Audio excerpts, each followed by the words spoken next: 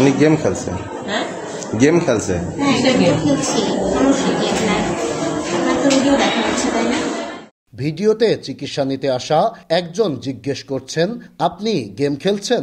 উত্তরে এই চিকিৎসক বলছেন, সমস্যা কি, আমি গেমও খেলছি, আপনার রোগীও দেখছি। দৃশ্যটি কুষ্টিয়া মেডিকেল কলেজ হাসপাতালের বহির্বিভাগের 119 নং কক্ষের।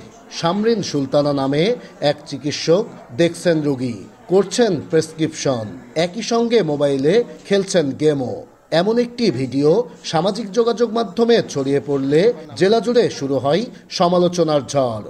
একজন ডাক্তার রোগী দেখার সময় রোগীও দেখছে গেম খেলছে, এটা তো কখনোই মেনে নেওয়া যায় না।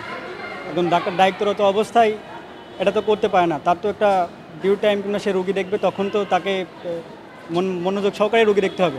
এটা এক ধরনের বেয়াদবি, অভদ্রতা এবং এটা কখনোই আমাদের দেশের জন্য, আমাদের জনগণের জন্য কাম্য নয়। আমরা এটা সরকারের কাছে এর আশু প্রতিকার চাই। এটা নিঃসন্দেহে অনৈতিক কাজ, শাস্তিযোগ্যই অপরাধ এটা নিঃসন্দেহ। এবং এটা মানুষ নিয়ে খেলা। আমার যে ওষুধটা লেখার কথা তা নিয়ে অন্য ওষুধ লিখতে হবে, সেই রোগ নিরাময় মতো দূরের কথা, রোগ আরও বাড়বে। এমন ঘটনায় অনেকেই প্রশ্ন তুলছেন হাসপাতালের চিকিৎসা সেবার মান নিয়ে। দায়িত্বশীলদের ভূমিকা নিয়েও উঠছে প্রশ্ন। চিকিৎসা নিতে আসা রোগী ও স্বজনদের মধ্যে দেখা দিয়েছে মিশ্র প্রতিক্রিয়া। এখানে আমাদের আদৌ বিশ্বাস আসে বিধায় এখানে আসছে, কিন্তু এখানে যদি এইরকম রুগী দেখতে দেখতে যদি মোবাইল টকিং যদি করা হয়, তাহলে আসলে মানুষের মস্তিষ্ক তো একটা, মস্তিষ্ক তো আপনার তো ডিফারেন্ট হয়ে অন্যদিকে চলে যাচ্ছে। এগুলো তো রোগের দিকে ফোকাস হয় না। একটা গেম খেলতে হলে কিন্তু গেমের মধ্যেই মনোনিবেশ স্থির করতে হয়। আর গেমের মধ্যে যখন একটা মন পড়ে থাকে, তখন কোনোভাবেই সম্ভব না আর একদিকে মনোযোগী হয়ে সেই জিনিসটা ঠিকভাবে দেখা। আমরা আশা করব যে এই মেডিকেল কলেজ হাসপাতালের যেই ডাক্তার যিনি গেম খেলছেন, আমার মনে হয় যে ওনাকে ওই গেমিংয়ের বিষয়ে কোনো কিছুর বিষয়ে ওনাকে নিয়ে আসা হোক।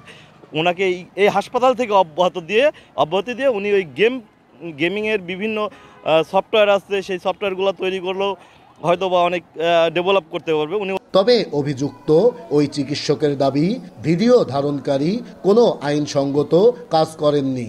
ওই সময় কোনো রোগী না থাকায় মোবাইল ফোনটি হাতে নিয়েছিলেন তিনি। হ্যাঁ, আমার এখানে কোনো রোগী ছিল না, ওই সময় আমি কাজ করতে শুরু করছি বা আমি আমার মতো করে সময় করছি। একজন রোগী আসছে, এখনো যেমন রোগী নাই আসছে, দেখে দিব। আমরা তো সবকিছু সাইড বাই সাইডে করি। আর হাসপাতাল কর্তৃপক্ষ বলছে অভিযুক্ত চিকিৎসককে তলব করবেন তারা, ঊর্ধ্বতন কর্তৃপক্ষকে জানানোর মাধ্যমে নেবেন ব্যবস্থাও। তাকে তলব করে আমরা পরবর্তী পদক্ষেপে যাব। যে এটার যদি আমি উপরে কথা বলবো যে এরকম একটা ভুল করেছে, এখন এটা বলে আপনারা কি বলেন, আমি কি করতে পারি। যদি বলে যে কঠিন অ্যাকশনে যাও, কঠিন অ্যাকশন নেব। যদি বলে যে ঠিক আছে, তাকে সতর্ক করে দাও এবং অন্য কারো দ্বারা যেন কোনো ধরনের এরকম অসদাচরণ না হয়।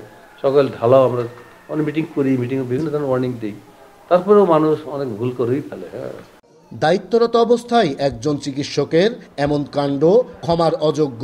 পুনরায় এ ধরনের ঘটনা যেন আর না ঘটে, সেজন্য হাসপাতাল কর্তৃপক্ষকে কঠোর ব্যবস্থা নেওয়ার তাগিদ সচেতন মহলের। নাহিদ হাসান তিতাস, দেশ টিভি, কুষ্টিয়া।